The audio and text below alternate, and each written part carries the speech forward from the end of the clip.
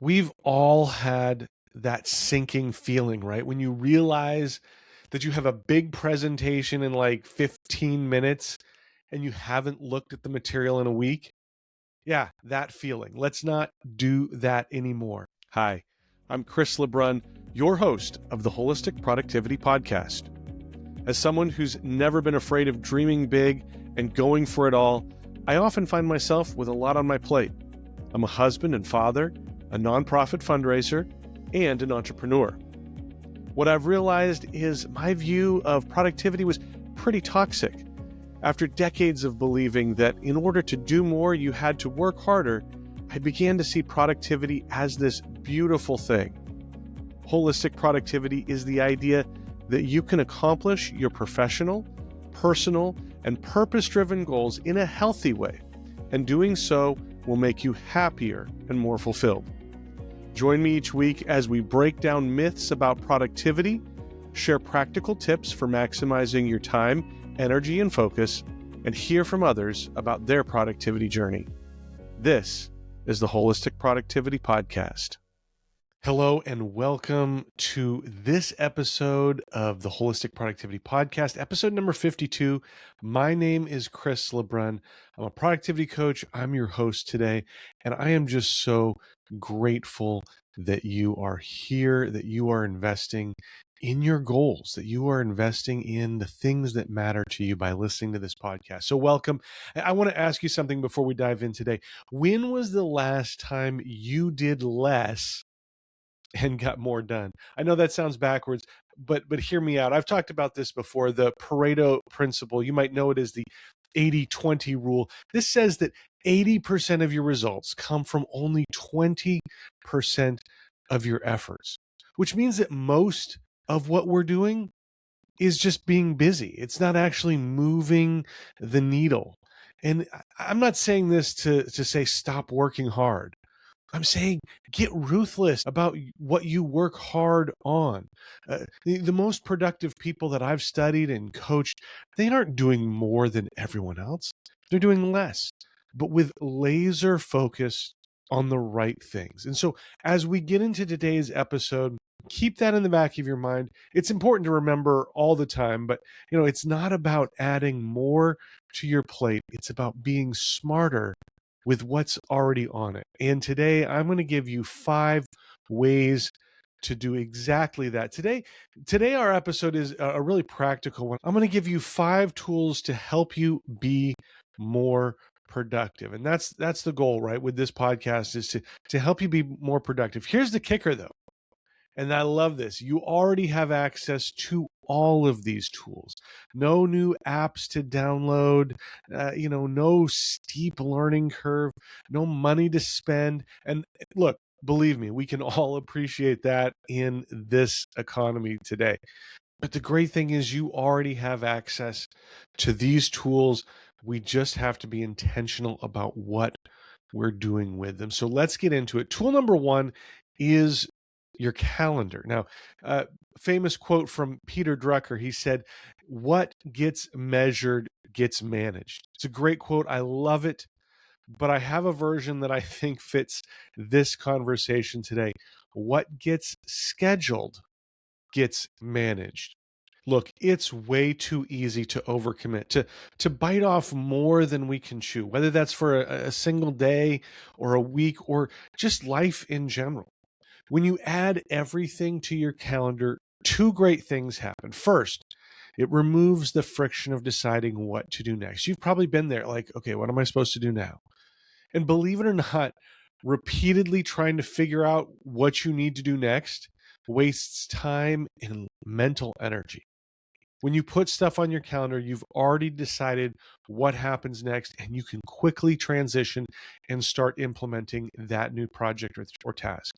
Secondly, putting everything in your calendar keeps you accountable for doing what you said you were going to do.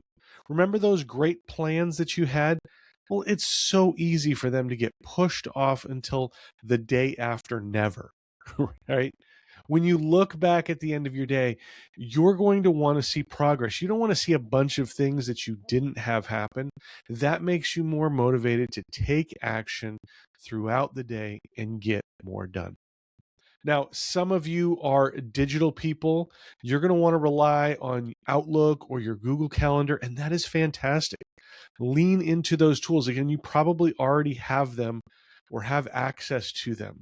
There's a lot of benefits, and we'll talk about some of those a little bit later, to going digital with your calendar. But some of you, like me, are probably paper people. I love writing things down. I love seeing things on paper.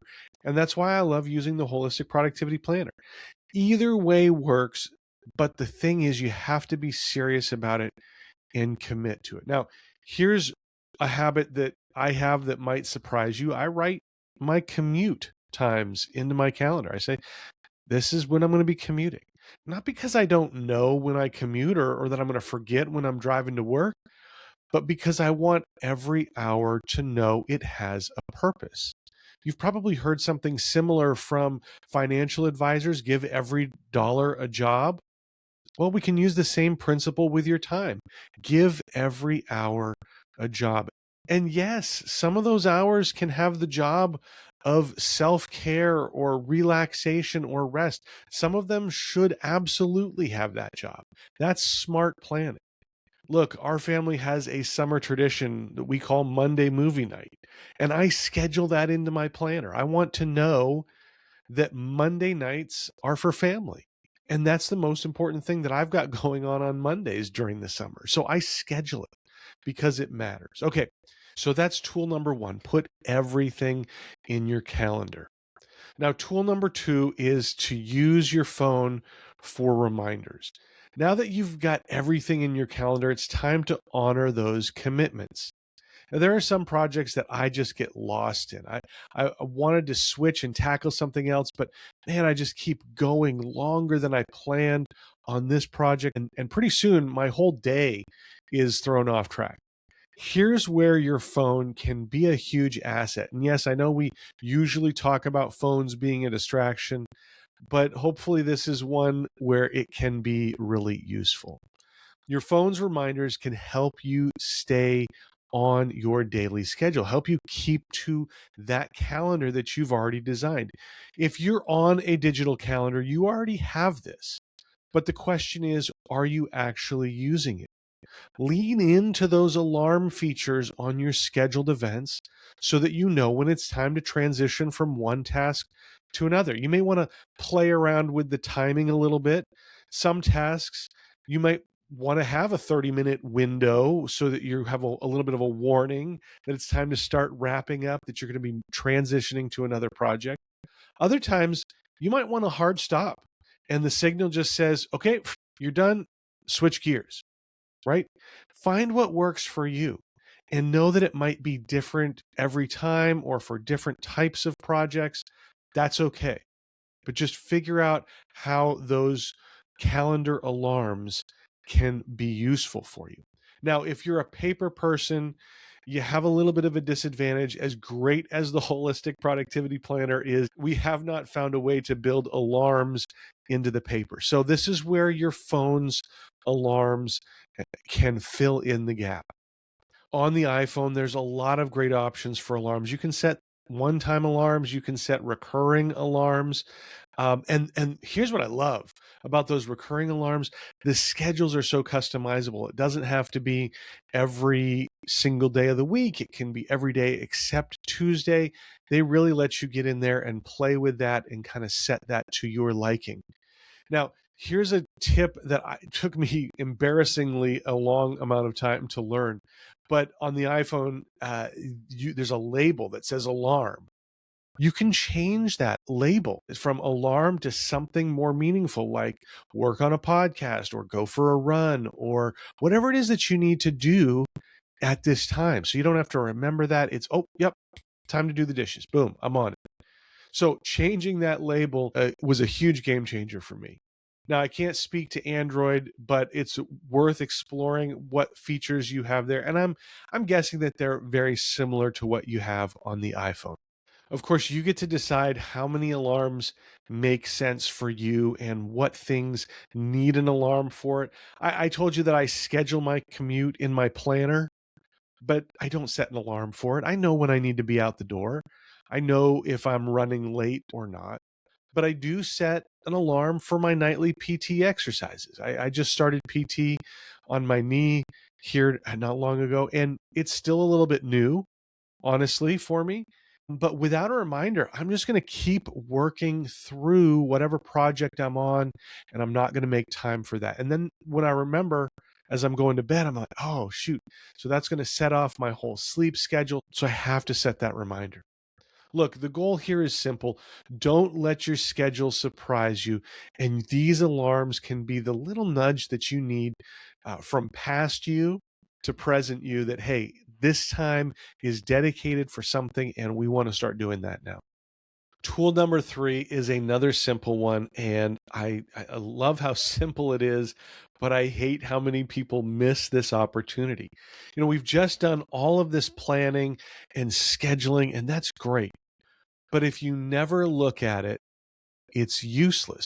We've all had that sinking feeling, right? When you realize that you have a big presentation in like 15 minutes and you haven't looked at the material in a week. Yeah, that feeling. Let's not do that anymore. So tool number 3 is not even really a tool. It's more of a tip, but just make sure that you are having a daily review of what's coming up. Just a short 2 to 3 minute daily review of your plan. It's a total game changer, I promise you. But so many people that I talk to don't take this simple step. Now, again, personal preference is going to come into play here. Do you want to review tomorrow at the end of today or first thing tomorrow morning? Now, honestly, I do both. And it doesn't take long to do both of those. But at the end of my workday, I take a few minutes just to note where I am in my projects. So tomorrow, me doesn't have to figure out where I left off, right? That might mean adding some things to my to-do list or scheduling tasks, or even just highlighting a line in a document or a spreadsheet where I left off. If I'm working on something, I want to know where I left off. While I'm doing this, I take a second to glance at tomorrow's schedule and I look back at my Sunday strategy planning guide. This has the game plan for the whole week in it. And so I just want to look at that, see if I'm missing something. Hopefully, I've already scheduled those on tomorrow's schedule in my planner, but I just want to look at everything. Again, it doesn't take long, but I want to know what's coming up, right? And if there is something that I have forgotten, maybe there's more time tonight to deal with it than there will be in the morning. Now, in the morning, I take another minute or two to actually study my day in detail. What meetings do I have scheduled? Have I already prepared for those? Is there something that's missing? What deliverables are due? What deadlines do I have? This often happens before I even get into my office because the first hours of my day are working on personal and purpose-driven projects. So I want to make sure that I have that. But the bottom line is this does not have to be a long or complicated process. All you have to do is glance at your schedule once a day, and believe me, you will already be ahead of most people that I talk to. And it just takes away so much of that stress and those surprise moments that really shouldn't be surprises, right? So make sure you are doing that daily review. Now, tool number 4, this one is going to be a little bit different for you, but tool number 4 is keeping a journal. Now, stay with me because I know journaling doesn't sound like a productivity tool. It might even sound like it's going to take more time, but trust me, this is a great productivity tool. And I'll be honest, I came to journaling later in life. For far too long, I thought it was something that a 13-year-old girl writes in before bed, Dear Diary kind of thing. I just didn't see the need for it. But here's what I learned. Journaling is so much more than that. How many great ideas have you had and then they just vanished? They were gone. Whether you were driving or in the shower or half asleep, you get this great idea and then it's gone and you're trying to get it to come back. We've all had that feeling. This also happens with different people that you've met or places that you've been, conversations that you've had. I don't care how sharp your memory is, you can't remember everything forever. So write it down. Write it down. I've been on mission trips, lots of mission trips through the years, and I know what countries I've been to and what years I did that. But for very few of those trips do I know exactly what town we were serving in. And I'd love to have that information today when I talk to people about where I've been, or if I ever go back to that country. I'd love to be able to go back and see that town, but I don't know where it was. I never wrote it down. Now, personal preference is going to play in here as well. I mentioned earlier, I love writing things. I love a physical notebook. There's just something about writing something down. But what I hate is finding old notes. It's nearly impossible. I kept a notebook for a long time, for many years. And, worst thing happened was I lost one of them. And I knew that there were notes in there that I desperately wanted, but I couldn't find it. But even the ones that you have, the notebooks that you still have access to, the more notebooks you have, the harder it is to find something. Was it in August? Was it in July? Was it in 2022? When did I write that note? And then finding it, it's just a nightmare. Plus, a notebook means something else to carry. You have to have a pen with you at all times. So I've switched to digital note taking. I mentioned this last episode, I think. My personal knowledge management system is software called Capacities. I've even done an episode on what Tiago Forte calls building a second brain. And that's essentially what I'm doing in Capacities. What I love about the digital aspect of it is while I'm driving, I can dictate a note. I'm still hands-free, but I can get that note in at that time. I can categorize notes. I can link them together. I can come back and search for specific words or ideas. Old me, who had brilliant ideas that disappear into the void, is now very jealous of current me because I am using this personal knowledge management system. And here's what I love. I promised at the beginning of the show, everything is free. Capacities has a free version. And honestly, I've tried the paid version for a month or two, but I went back to using the free version because it's got everything that I need. Either way, whether you go digital or paper, the more things you write down, the more useful your journal becomes. And don't think that you have to do all your journaling at once. It's not going to take a ton of time. In fact, the best thing to do is write things down in the moment when they happen. Or like I said, in the car, when I dictate something that I have an idea, that's when it's going to be most useful and most powerful. Think of journaling as building your own personal database of ideas, lessons, and insights. And if you don't remember those ideas, lessons, and insights, you can't use them in the future. So the sooner you start journaling, the better. Okay, tool number 5 is a mindset tool, but it absolutely belongs on this list. And I know I've talked about this before, but I want you to get rid of the word hope from your vocabulary. I used to catch myself saying things all the time like, I hope to read 3 books this month. I hope to launch my podcast in April. I hope to hit this fundraising goal at work. The words that we use, even with ourselves, even internally, they carry weight. And when I said, I hope to, I was giving myself an out. I could make excuses for why it didn't happen and be okay with it because I had that out. And knowing that I had an out, maybe I didn't try quite as hard as I should. And so maybe because of that, I didn't always hit my goals, or it took way longer than it should have. Mindset is everything. It's powerful because it actually changes your outcomes. When you just hope to do something, you're quietly giving yourself permission to fail. And I don't want that anymore. Old habits die hard, and I still catch myself slipping and using hope. I'll say something like, I hope to run a half marathon this year. And when I catch it, I correct myself out loud. Even if I'm talking with someone, I say, whoa, hold on. Let me rephrase that. I am going to run a half marathon this year. I'm registered for one in May, and I'm planning to do one in the fall. Notice I used the word planning there because I haven't signed up for it yet, but I'm not hoping to do one in the fall. I'm planning to sign up for it. There's something about that mild, voluntary embarrassment of having to correct myself in front of somebody that has really helped me break this habit. So just take hope out of your vocabulary altogether, especially when it comes to your goals. You'll approach these goals with more focus, more resolve, and more follow through. And that means that you will get more of what matters done and done on time. So let's do a quick recap of what we've talked about today. I've given you 5 tools that you already have. It doesn't cost you anything. Just take something new that you are doing, that you're using the things that you already have in a different way. Number 1, put everything in your calendar.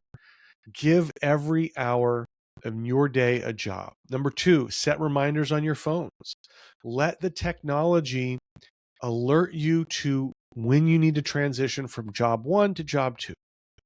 Number 3, do a daily review. All it needs to be is 2 to 3 minutes to stay ahead of your schedule. And trust me, you will appreciate that when you walk into your next meeting confident because you've been prepared. You knew it was coming.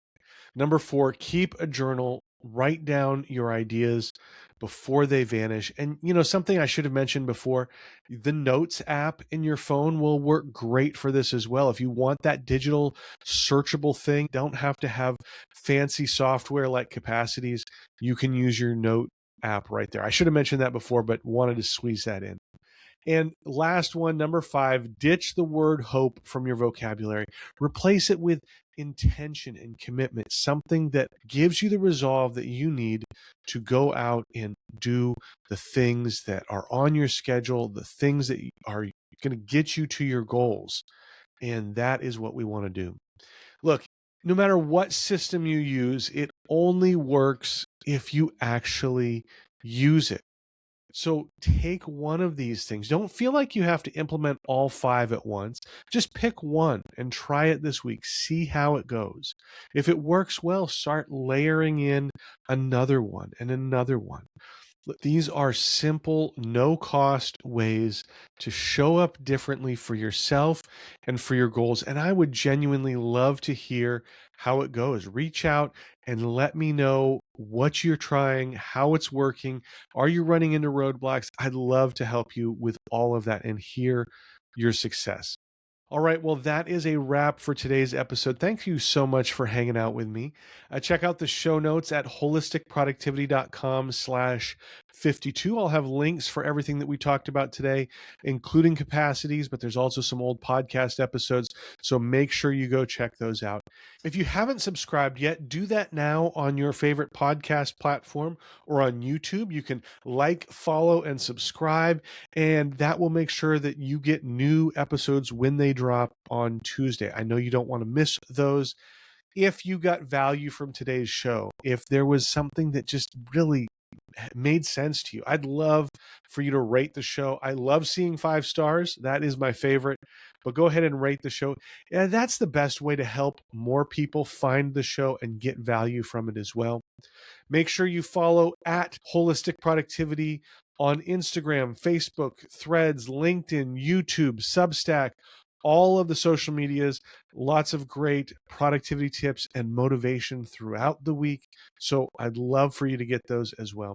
And join the Holistic Productivity community on School. This is also free. This is also a great tool to stay working, stay focused on your goals. Lots of great people there from around the world, man. I love how international this community is on School. And there's just a ton of resources to help you stay accountable and motivated. So check that out. Link will be in the show notes as well. It's SKOOL, though, if you're looking for that. And then you can just search Holistic Productivity. Again, thank you so much for listening in.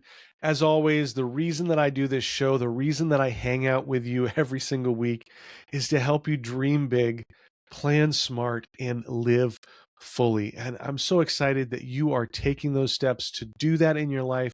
I can't wait to see where it brings you. Hopefully it brings you right back here next week. But until then, take care.